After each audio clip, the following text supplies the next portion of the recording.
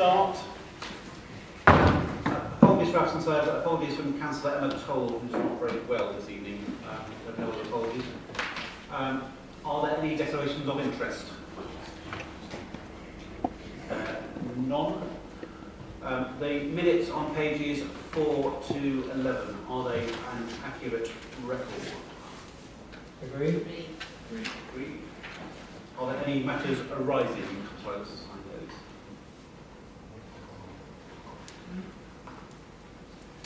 No. Right, item 5, we have one written question from Sullivan. Do you wish to read out your question? I'm happy to take it as read. Do you want the answer read? Sorry? Would you like the answer read out, or you think that's read? No, I'm happy to take that as read as well. Do you have a different question? Yes.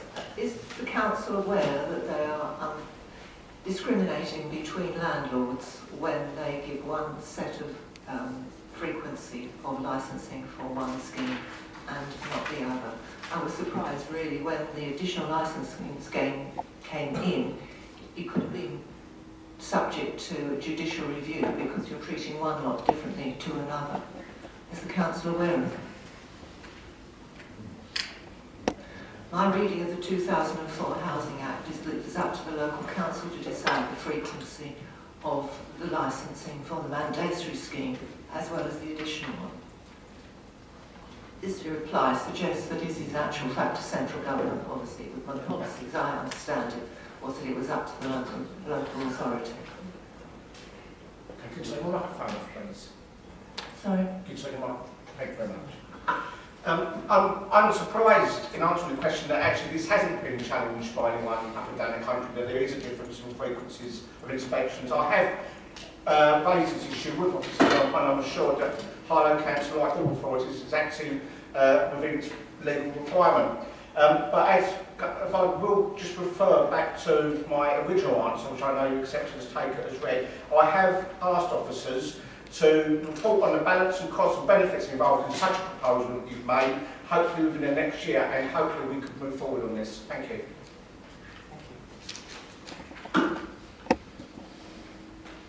Right, moving on to item 6, there are no written questions from councillors.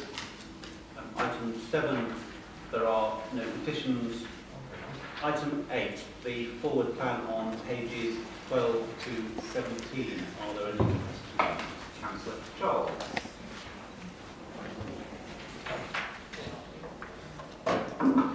On page 16, there is a footnote with regard to Article 4 direction for Old Harlow. Obviously, as you can imagine, is the Old Harlow Council are very concerned about these sorts of matters and what it relates to in terms of conservation in Old Harlow. Now, of course, there are 3 Article 4s in place in Old Harlow. Can someone please outline to me what this report will be discussing? Yeah. I'm happy to share the report with the my shadow portfolio on this issue. Thanks. Any other questions? Thank you very much, Mr. Chairman. Item 909 on the bottom of page 17, the review of the inter-authority waste and recycling agreement.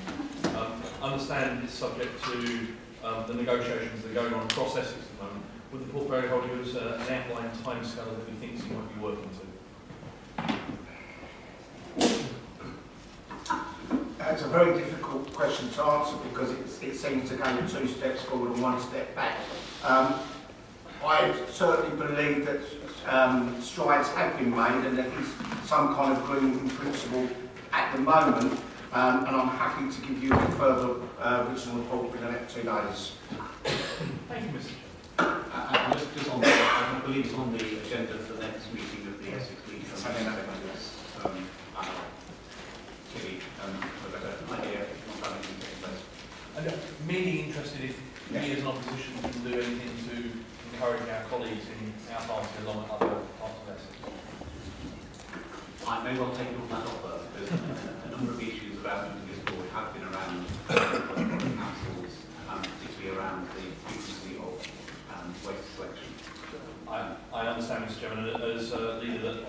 recommended a staged way to select against opposition from your own party. I'm more than happy to explain to my colleagues in other councils. Are there any other questions on the forward plan? In that case, we will note it. Item 9, the no recent decision taken by the legal portfolio holder outside the normal process of cabinet, of course. Item 10. So the BCA regeneration scheme, apportionment of land for planning purposes on pages 18 to 21. Yes, I'm happy to propose the recommendations as stated on page 18. Seconded, Chair. Are there any questions? Questions? Any contributions? Right, Councillor Stratton. Question about phase 2 and phase 3. Will there be a review between the end of all people moving at phase 1 and the beginning of phase 2? Sorry, Councillor, can I suggest you take that outside of the meeting? This is not pertinent to the particular decision we're making here, which is around a specific technical measure to progress the BCA regeneration scheme. We have these different questions to take that directly to whether that would be helpful. Any other contributions? So the recommendations, item 10A and B, are we agreed? Agreed. Thank you.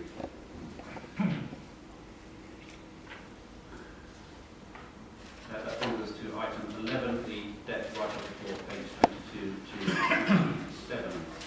So moved. I will second that. Are there any questions? Any contributions?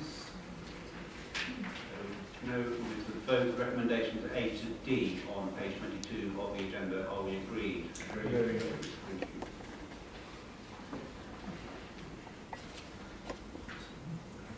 Item 12, referral from the overview working group, review the sustainability of Harlow Playhouse Theatre on pages 28 to 37. I will move the recommendations on pages 30, A to E. Second. I'll make some very brief remarks. The overview, the working group was a cross-party group looking at the longer-term issues. Clearly, the funding is in place. It was set in the budget over a year ago, I believe, until 2018-19. So there is a sustainable funding stream for the next 2-3 years. This is about looking at things we can do in the meantime, but certainly from that point forward. So the recommendations are really around recognising that it is extremely likely that some level of funding will be required from the council going forward, but then exploring options for with an external operator to either reduce that level of support. And I will leave it there. So, Chairman, just on the motion, the recommendations are actually before A to D on page 28, not on page 30. Sorry. So I was looking at the actual report itself. Right, so are there any questions?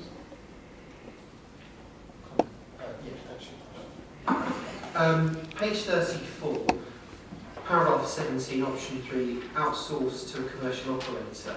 Unfortunately, there's some rewriting of history here that's not very helpful.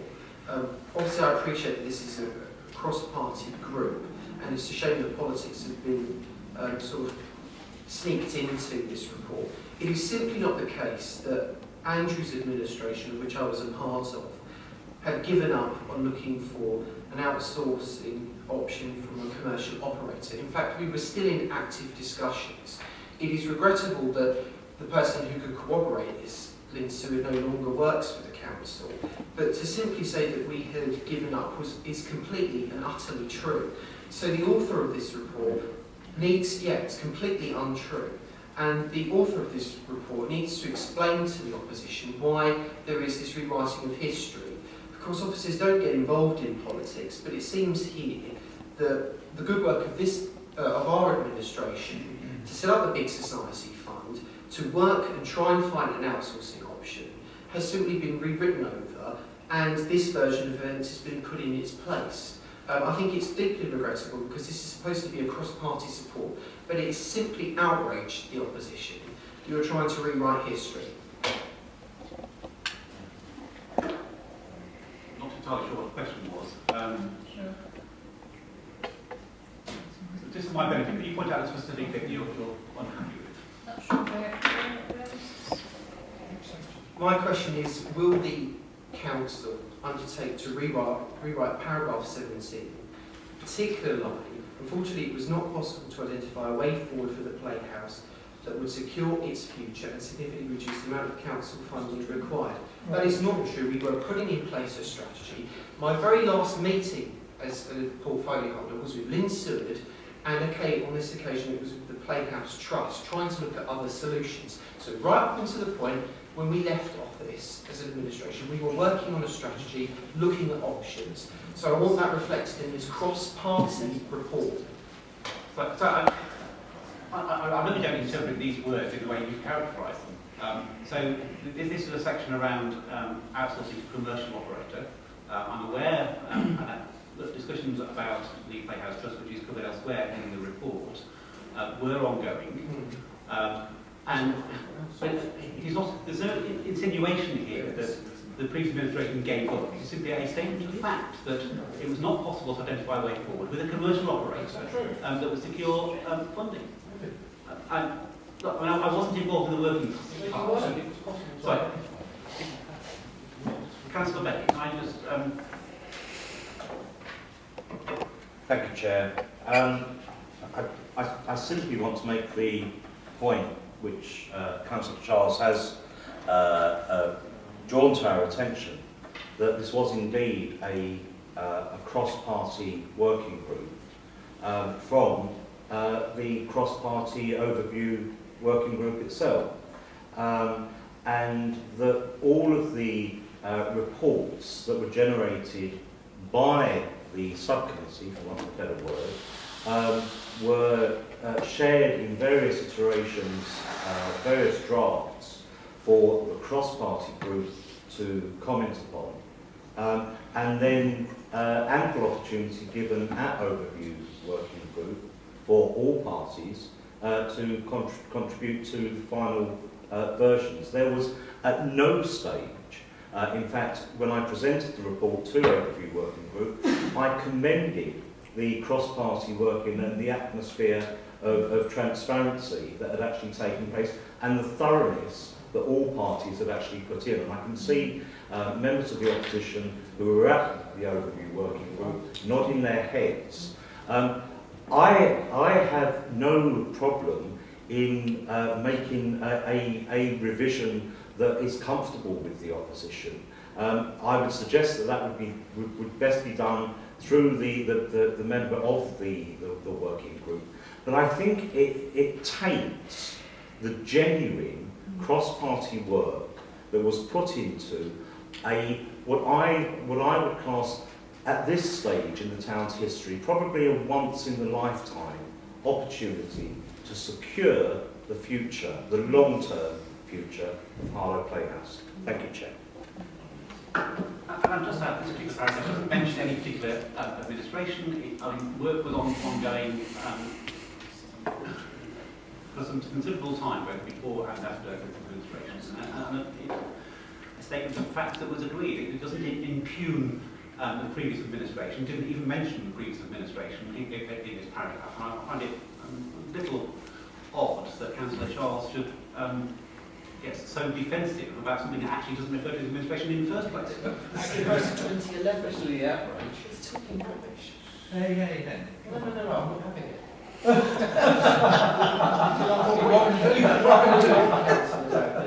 But I'm not prepared. This refers to 2011 when we were in administration.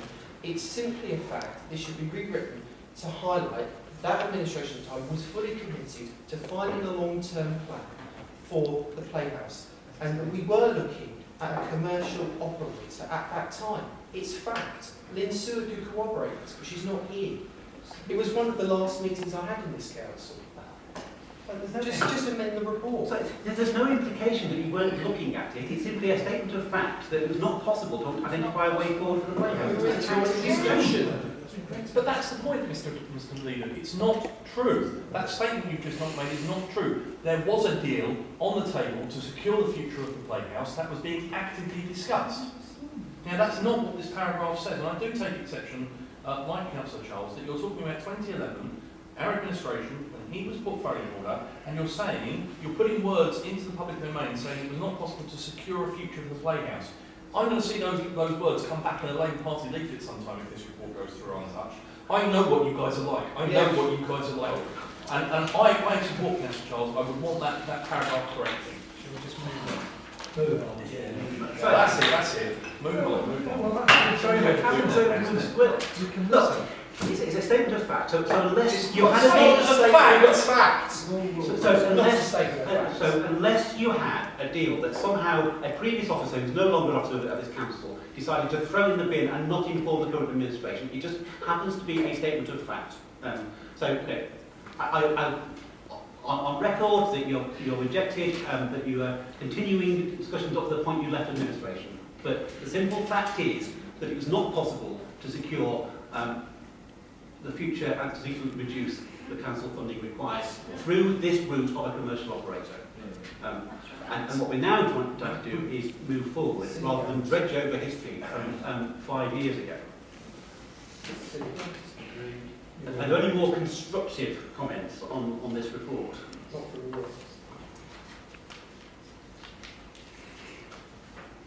No, right, so the recommendation of 8D on page 28. Are we agreed? Agreed. 4.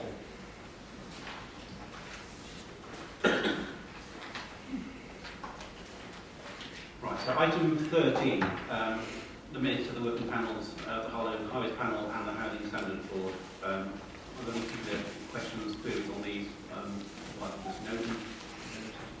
So noted. I'm going to leave the matter of business until the end.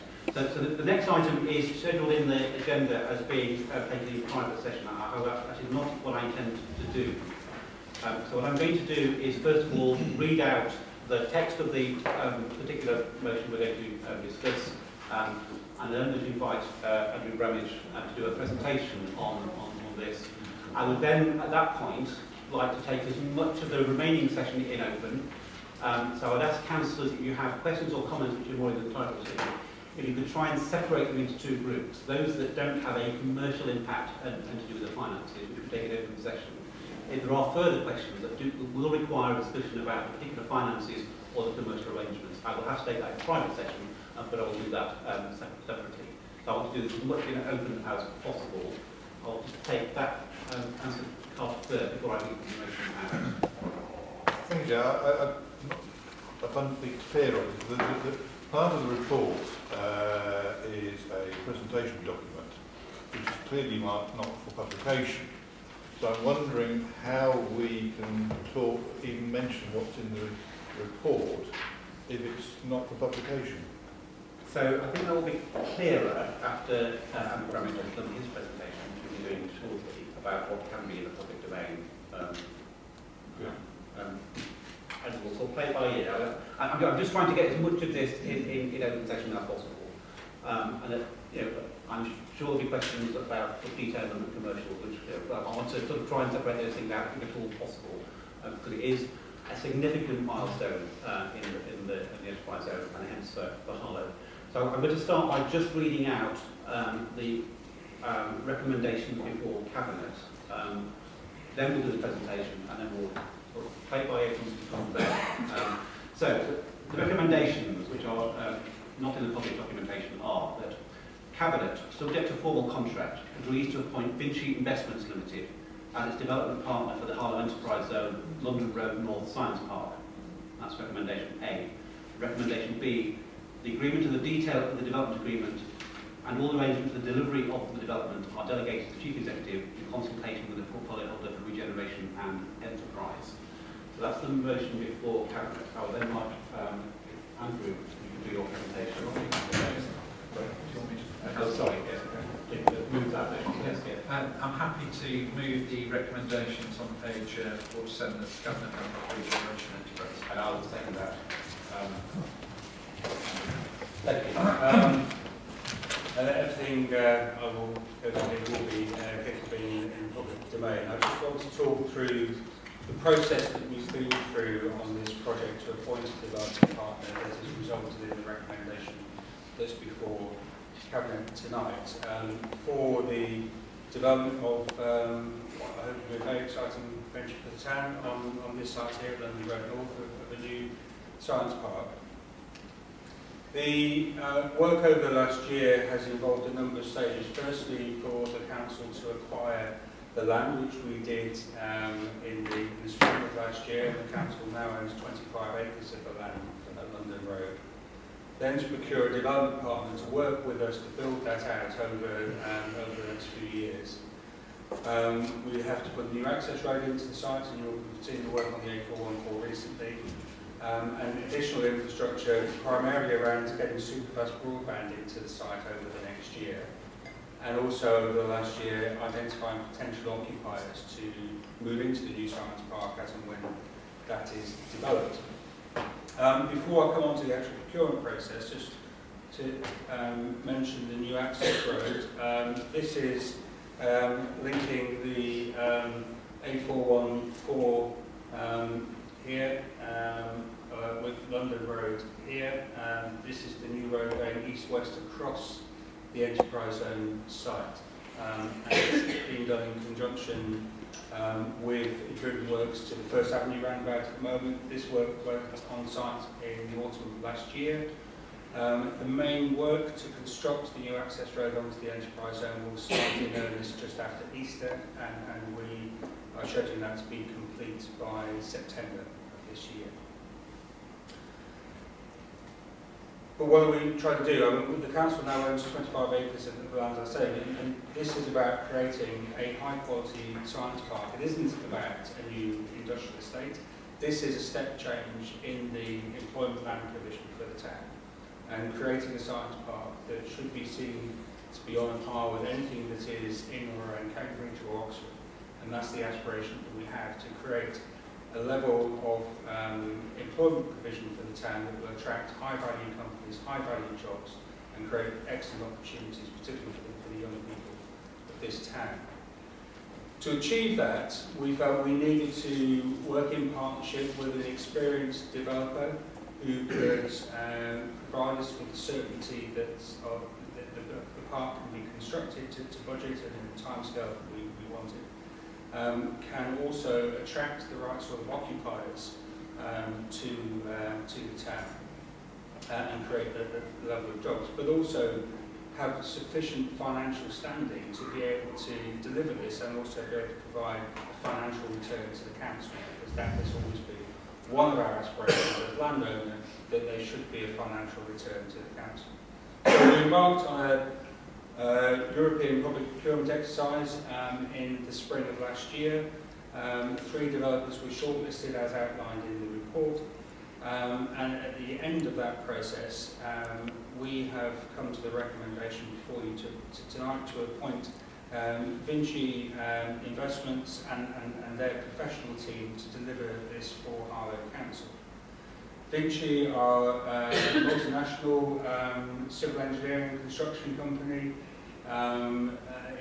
Their European business is worth in excess of 30 billion euros, and so certainly have the financial capacity to deliver the scheme, which we estimate will, the cost of the scheme will be in the region of £100 million to deliver this over the next 5 to 7 years. So we need some very deep pockets to be able to do that. Vinci are in partnership in this proposal with Discovery Park, and I would draw particular attention to them because they play a key role in this.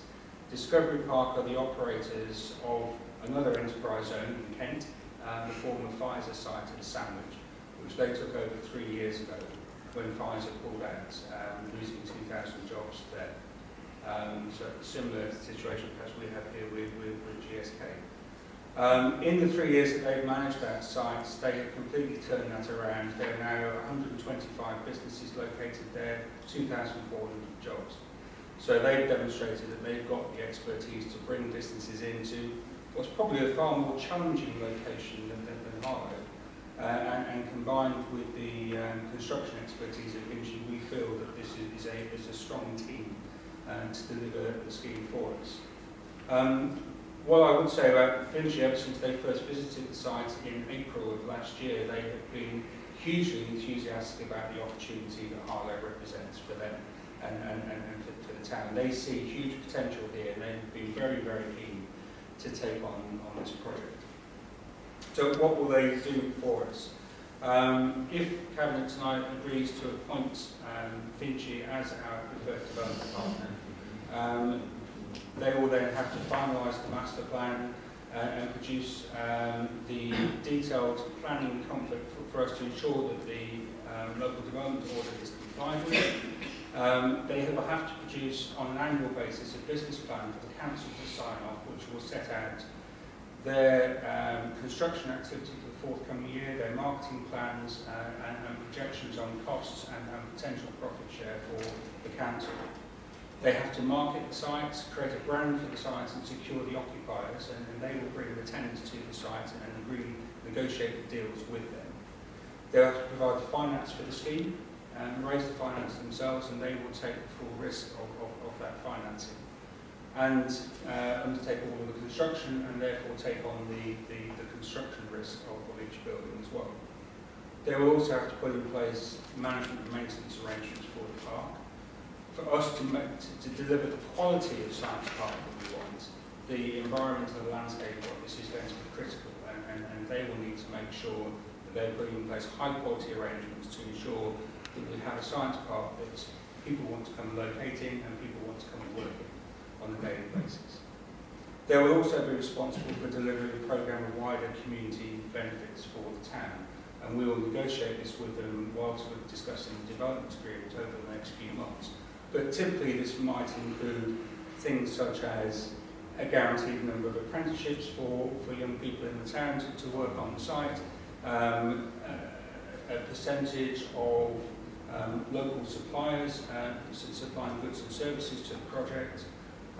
It will include opportunities for local schools to get involved with the development, and also we talked to them about them providing a contribution to the public art legacy of the town as well. This is an image of the master plan that is included in the documents. Just to help orientate yourself, this is the A414 here, and on the top of it, this is London Road. So this is the new road in an attractive landscape setting, and this is absolutely key to attracting the right sort of companies that will work with a lot of the existing landscaping, a lot of mature trees on the site that will be retained to create an attractive environment, and plenty of new trees will be planted as well. Just got a few images here to demonstrate the master plan. We also have a model up here as well, if people like to have a look at after the meeting.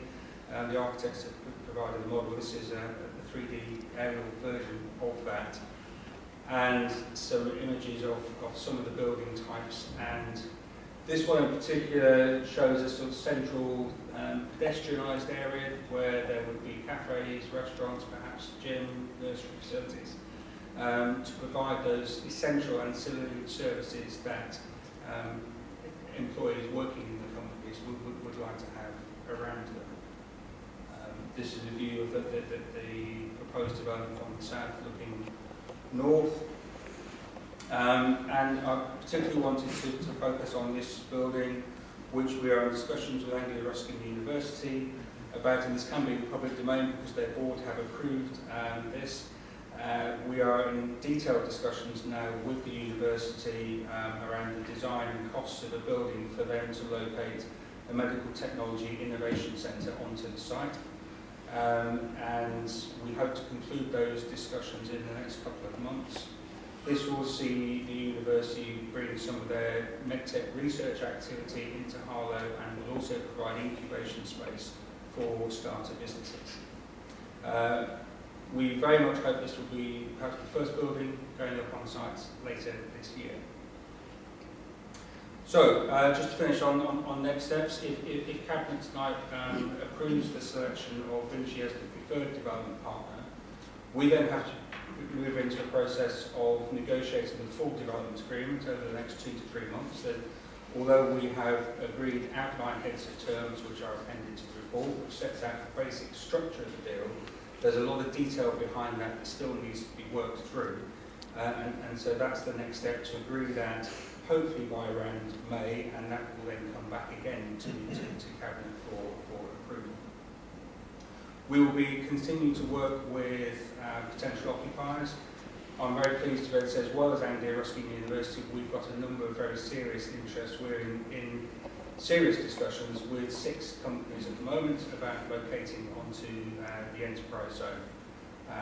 I'm not saying we will necessarily land all of those, but even if only 2 or 3 of those were confirmed in the next few months, it would be a huge step forward for the development. The access road to complete over the summer. September is the scheduled completion of that, and I do feel that with a fair wind we will be on site for the first building, perhaps the Anglia Ruskin one, in November of this year. So the recommendation before you this evening is that following the detailed negotiations we've had with Vinci and their team over the last 3 to 4 months, that we now have a deal that we feel we can recommend to the Council for approval. It is a deal that has been analysed by our professional advisors, Cushman & Wakefield, and they believe this to be a good deal in the current marketplace, and have recommended to us that we should support this contractual arrangement. Take any questions? Brilliant for the town. Well done, and I think it's great that we're actually going to move on with something. However, my question would be, why would you mention Vinci? Why would you mention the university, but you wouldn't mention who's actually doing the work on the access road? I mean, it sounds like Harlow Council are putting the access road. With respect, I think if you're going to do a presentation, why not mention all the partners so that we can at least know that we're doing what? Yeah. Very happy to provide details on the access road. The contractor delivering that is a company called Jackson, in partnership with Essex County Council. It's been funded through a Section 106 agreement with New Hall Projects. They are, as the housing developer on the land to the east, they have a planning requirement to fund the delivery of that road to enable the second phase of their development to proceed. So that is now on site. Thank you. Thank you, Jeff. As you probably imagine, I have a number of questions and a few comments. Just briefly on page 11 of the agenda item, which is adopting the draft term. Just a reference to stepping rights. Did one of you clarify what stepping rights are? Stepping rights are if the contractor is in default of their contract with the council to deliver the scheme, the council has the right to step in and take on that contract if we wish to do so. It's basically to prevent the development stalling. If the contractor went bust, we could step in and ensure another contractor to ensure it was completed. But the key thing is it's our ability to step in. It's in our right to do that, yeah. I'm also, just as a comment, where we're talking about developers' obligations, there's a specific reference to inviting our building control services to various work. That's quite a good idea. But further down that page, where we're talking about HCC's infrastructure and other obligations, there's reference to an expression of practical completion. Perhaps we'll just clarify what a practical completion is, either it's completed or it's It's a formal term defined by the architects and the quantity surveyors to determine when a building has been completed to a standard that enables it to be handed over to the end occupier. So it's at that point. That's sort of the turnkey point. Yes, it's at that point that the financial transaction goes through. So if I move on to the presentation document, page 28 of the agenda. There's a reference to something delightfully called the transition space. The transition space is the space between... Sorry, I'm aware of what it is. Oh. It sounds quite sort of delightful and idyllic and quiet and so forth. We're talking about farmers markets and everything else like this. It's the main, it's the main access to Newhall, or will be the main access to Newhall. There's also a junction with Old London Road. And having this sort of nice open space with shared services and so forth doesn't sort of tie in with the sort of main access road into Newhall. It sounds sort of totally dangerously having people meandering around the road when you've probably got several thousand vehicles a day actually trundling through it. I mean, I'm just wondering if they've actually grasped what that road is. Yeah, I mean, it's this space here, which is from the edge of the enterprise zone and linking into the second phase of Newhall. This has actually come as a request from the developers of Newhall themselves. When we look at this, their vision for that phase of their development is to have an area that provides cafes, shops, facilities for local people there. They would like to have an interface between our development and their development so that the two don't jar but actually blend into each other. I think the detail about whether a shared surface is practical or not still has to be worked through. And they would like to see a semi-pedestrianised space there. And it may take some years for that to manifest itself. I mean, one of the things that could enable that to happen is if London Road north of the enterprise zone is blocked to car traffic, as has been proposed at some point by the county council. I understand that's now been deferred. I think partly from comments from members from Church Langley who had concerns about that. But that, as and when a new motorway junction arises, then that may come forward again. I think the plan for the transition space is not a proposal of Finch's. It's a proposal that's come from Newhall that they have responded to. And it's something that we still need to work through in detail with Newhall as to how achievable that is or not. So, if I can continue, just down the road you've got Church Langley, which has a 6-lane highway up to the 414 to cope with all the traffic. And yet you're expecting for Newhall, or somebody's expecting for Newhall, to meander through some sort of little side street. I just don't understand and grasp how they imagine it's going to work. Now, we're now in public session. We're now talking about this. Can I go out to my residents at Church Langley and tell them this is what's being proposed for Old London Road? I just want to be clear, I'll answer that question specifically, but I want to be clear what we're approving or otherwise tonight. We're appointing the development partner. We're not approving a particular design or scheme. There are a set of outline proposals in here that visualising how it might look. We're not here to approve the plans or the detail of a particular scheme. We're simply here to approve the appointment of the development partner. That's absolutely right. Any proposals around the design would have to come back to council for approval anyway, and would have to go through the normal planning process. So I hate to mention this, there's a nice young lady over there with a camera who's recording all of this, and my residents of Church Langley will be able to view this in the next day or so. So you're saying I can't tell them about the Yeah, all I can say is that at the moment there is no firm proposal to deliver a shared space on London Road. This is an idea that has been brought forward by Newport Projects.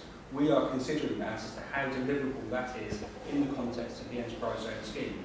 It may be or it may not be, but it will be subject to a lot of detailed design, public consultation, and then finally decision. Yeah. Could I just... Sorry, I haven't finished yet. No, but I just... No, I haven't finished yet. I'll just I've ask not you a question. finished yet.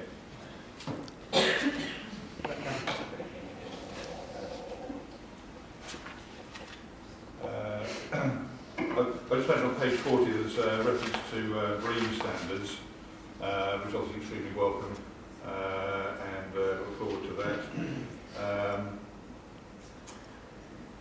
But there is one, yes, page 63, where we're talking about committed consultation, one of my favourite words. They break it down to ongoing and, regular dialogue and project updates.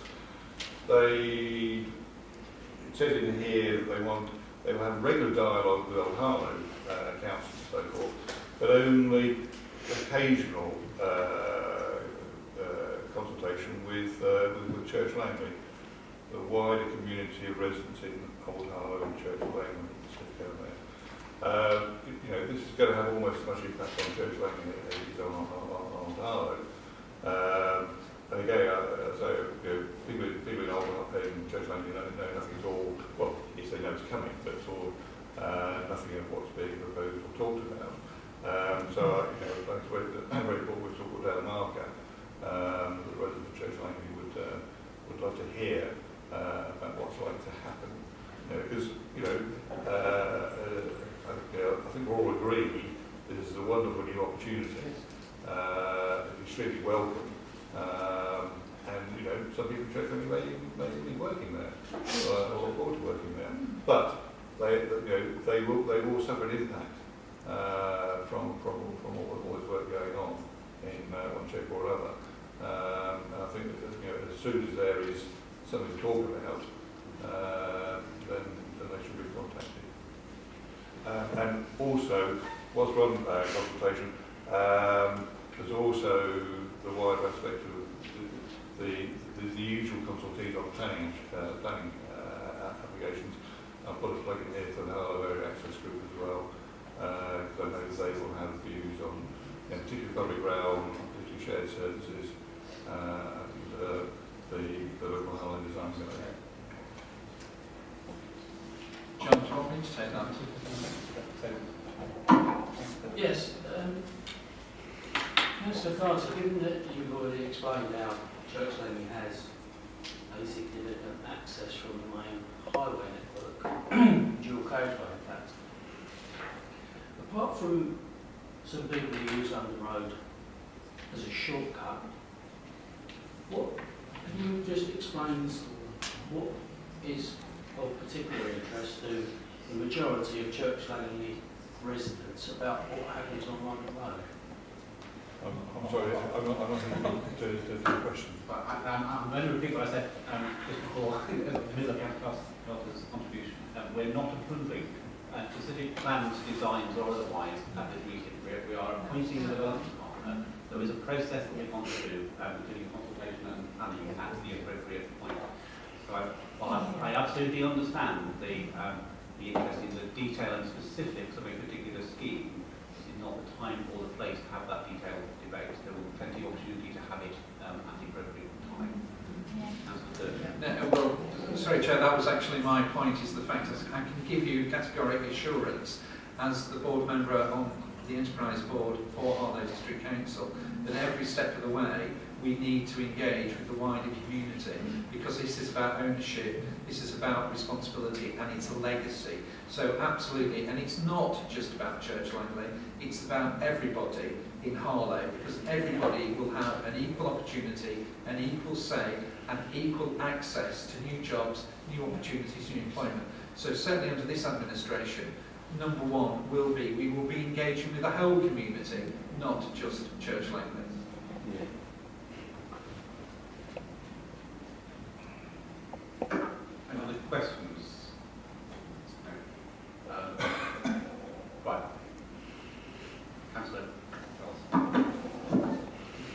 First of all, I'd like to thank Andrew.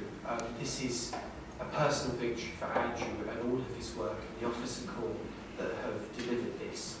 I was very grateful to Andrew for giving Andrew and I a briefing before this meeting on the plans.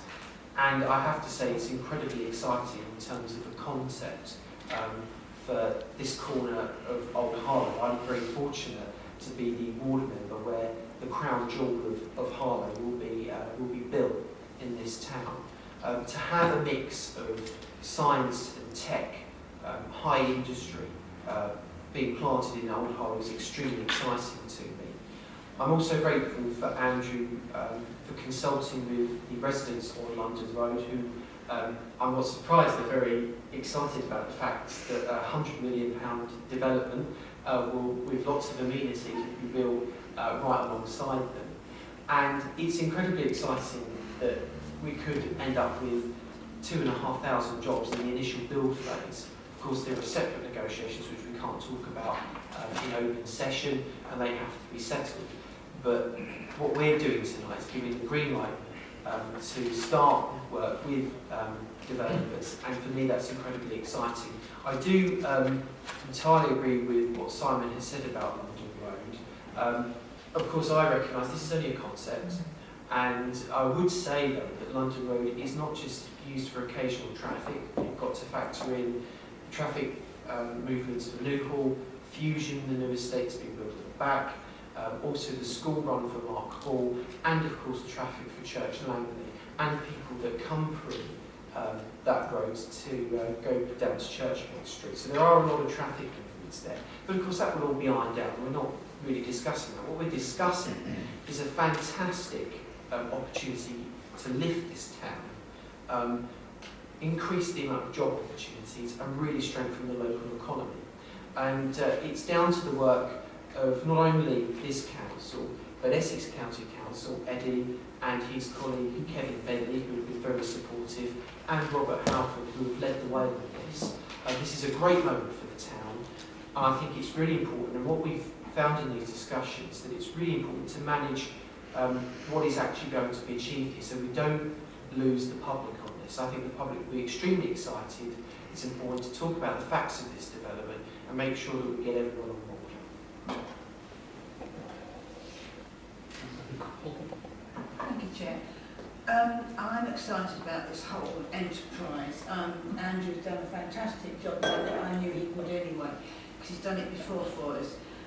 It is an opportunity for the town. It's an opportunity for the people that are going to work there, apprenticeships that are going to be able to be put in there, young people that are going to different university bases in the town will have an opportunity to work in a very well-established site. We've gone from an industrial town, as we started out to be, to something now that is changing. We're scientific, we're digital, and we have an image that's now going to be projected, not just here, but in Europe and in further afield, because this is a very great opportunity for the town to put its roots down. We're close to London, we're close to Stansted. We've got everything going for us now, and it's a very exciting way forward. But the whole of the town and the area is going to benefit from the things that are coming through here. Thank you, Chair. Sorry, Councillor Johnson first. Yes. Mr. Chairman, I'm very excited. I was very excited when we were first named to have an enterprise zone, and I think it's important that we recognise the contribution that our MP made in getting the Chancellor to name us as an enterprise zone, particularly as we were the only region in the country to end up with 2 enterprise zones in one region. South East is a very exciting place to be. But actually seeing the drawings and knowing, that we're in negotiations with a company is really very exciting for the town, because this is the future. And not only is it the future, it's the future of the future, because we're talking about medtech, we're talking about really up-to-date issues here. No longer is Harlow going to be a town that's just warehouses and industry. we're talking about the wave of the future. Someone told me once that we're the second largest research and development centre outside of Cambridge, and this is only going to aid that. We've already got medtech in the town. This is about more medtech moving in. And negotiations with the University of East Anglia, absolutely superb to bring them on board, biosciences. It just makes Harlow the place to be. I've always thought that, but people outside of Harlow have a way of knocking Harlow, and I don't think they'll be knocking us much longer. So I'm really chuffed that this has always been something that the political parties have agreed on. I'm always really chuffed when we talk about regeneration and we can get on board a project from both sides of the political spectrum. So I'm really pleased that the leaders decided to take this in open session. When I saw that it was originally confidential last week, John and I had a word with him and asked how much we could take. So John, thank you for taking as much as you can in open session. I think when we have something really good about the town that we all agree on, we should shout about it from the rooftops. My thanks to Andrew Bramage.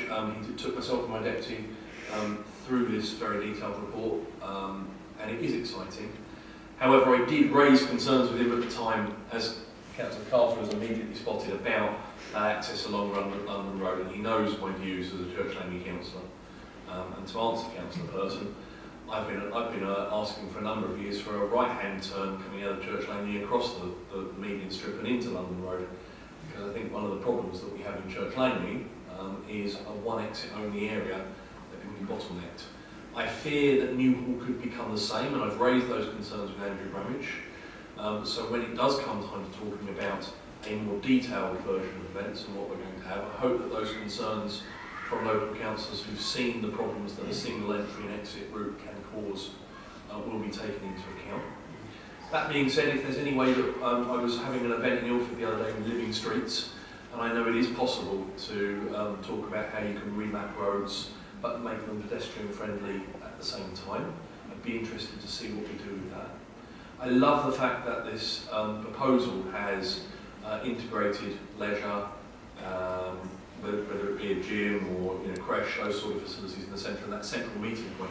I also love the use of water in the scheme. I know the one to the right is probably just going to be a sink pond like we already have in Church Langley, but even those sink ponds provide habitat for important local species.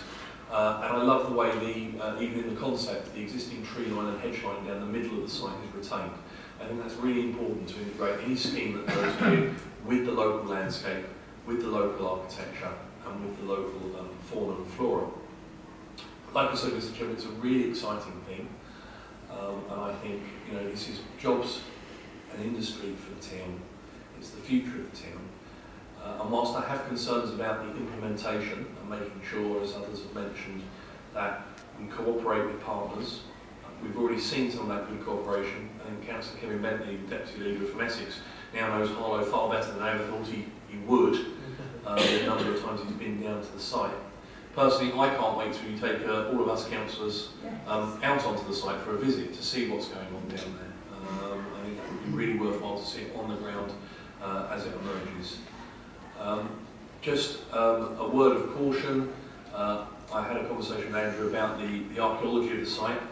I know there's been some extensive investigations, nothing that should hold it up, but there is great history in Harlow, and we just need to be cautious as we proceed. Mr. Chairman, I can't say any more than I'm very, very excited about this scheme, and thank you for bringing it in open session. The problem about speaking last is everybody has made a particular point, but I think what we do need to do is just focus on what the recommendations are, and actually the recommendations are pure and simple. It's just the fact is that we are wanting to appoint this team to take us on the next stage of the journey, and this is what it is. It's a journey. At times it will be slow, and sometimes it will speed up, but it will be a journey. And it is hopefully going to be a very positive and constructive way forward that will be a true legacy for the next generations of Harlow communities. I totally agree with everything that's been said over these, and actually one of the things that we've been saying as the administration is that we do want to keep councillors fully informed, not just the councillors from that area, but the wider community. And certainly as the weather improves and we can get onto site where it is safe, we would like to hold further updates actually on there, because it's actually when you get into one of the buildings and you can actually look across, you can actually really for the first time see the absolute incredible opportunity that we have in Harlow. And I just want to also, whilst Andrew's in the room, this is a team that helps out. This is not one individual, and this is not just a Harlow Council person. This is a collective partnership. So politics are put aside, and we make the right decisions for the right reasons. So I welcome all the comments that have been made by the opposition to the way forward, and I hope that we can now support the recommendation as indicated in the report. I'm going to use my privilege of being chair of speaking less, all that, unless there are other contributions. Look, I just wanted to broaden this out a bit. This is absolutely, as has been said, an exciting opportunity. This is a really important milestone in the development of the enterprise zone. As Sandra just said, it's not just another industrial park, it's aspirational in terms of the quality of the design, the sort of high quality companies it will attract, the high quality jobs it will enable. But something more general point, that actually I think Harlow is genuinely at the cusp of something quite exciting. This is an absolutely important component. There are others though. Public Health England will be starting to occupy the GlaxoSmithKline site from 2019 with full occupancy by 2022, which will bring another 2,500 of the high quality science-based jobs. We're making significant progress on lobbying for the right infrastructure in Harlow. I've spent a considerable amount of my last 2 or 3 weeks on that very activity. I've met with the leaders of East Herts, of Epping, of Whittlesford.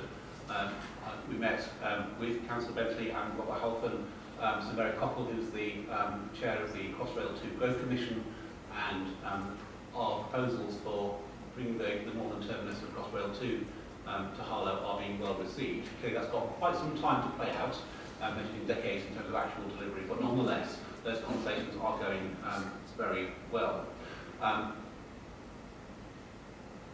Things like full tracking West Anglia Line, improvements in road infrastructure, and a new junction on the M11. I know the particular design and route of that is of some controversy, but nonetheless an important component. So infrastructure is going very well. I've also been having a number of conversations around housing provision, which is an important element in this overall mix, getting a full mix of tenures and types of housing to support the economic regeneration. And clearly the local plan has a little way to go, but we are getting to a point where I'm far more optimistic of getting local agreements around Harlow on making progress in that regard than I have been for some time. I think the final component I must mention is around skills. Clearly, one of the things we want to try and ensure is that these high quality jobs in Harlow, that Harlow people have the opportunity to take advantage of those things, and that's a difficult nut to crack. But there are things that are moving quite well. In the UTC, the change in the mix of the educational and training offer at Harlow College, Passmore's starting up a new vocational training academy, and we need to look very carefully about how we can promote science, technology, engineering, maths and computing as an area of interest and excitement and opportunity in Harlow. But I'll just end by saying that all of these things are about cooperation and collaboration. That's about cross-party, the support we've had in the enterprise zone. So I guess it has been led by Harlow Council, but absolutely Essex County Council, government, the private sector are vital components in that. Councillor Bentley has been mentioned, and I must say, actually, every event or session that I've been at, whether that's at the London South of Cambridge Consortium Conference or meetings with ministers, what have you, and Kevin Bentley has been a fantastic advocate for Harlow in particular, and I would certainly commend him on that. I think this is genuinely a fantastic opportunity in itself, but part of a bigger and very optimistic picture for Harlow going forward. Are there any other contributions? And I'm conscious that people might have had questions on detail. I know councillors have had opportunities to be briefed directly, and I'm sure that we can extend that if there are more detailed questions outside of this session, and that will be an ongoing process in the I would like to conclude this in open session, but if there are specifics, Councillor Carter. Yeah, I do have a financial question. I think it's fairly germane to what's in the report, but I'm happy to wait till afterwards. But, but it's a question I think the Cabinet ought to be aware of. Right, okay. Are there any other contributions? I'm afraid at that point that I do have to read out some formal words. I'm going to have to now take the remaining of this session to the final bit and the decision being in closed session. Is this something that we could do with you, Simon? Is it? It's I can stroll over and talk to Brian and tell him what the question is.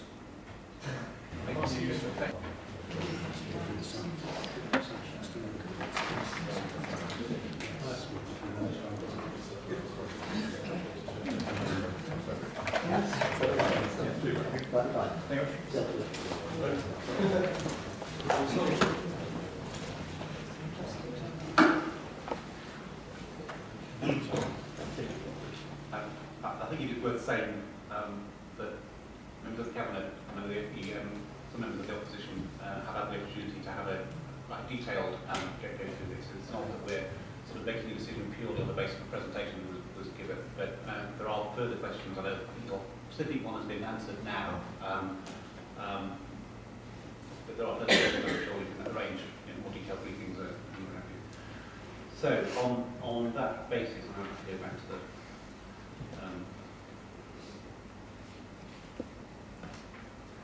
right, so there are no further questions or contributions. The recommendations, which I will reread because it's not in the public papers, on page 2 of the confidential papers, which is that Cabinet, subject to formal contract, agrees to appoint Vinci Investments Limited as a development partner for the Harlow Enterprise Zone, London Road North Science Park. And recommendation B, that the agreement to the detail of the development agreement and all the arrangements for the delivery of the development are delegated to the Chief Executive in consultation with the portfolio holder for regeneration and enterprise. Are we agreed? Agreed. Agreed. There being no items of urgent business, that concludes the meeting. Thank you, ladies and gentlemen.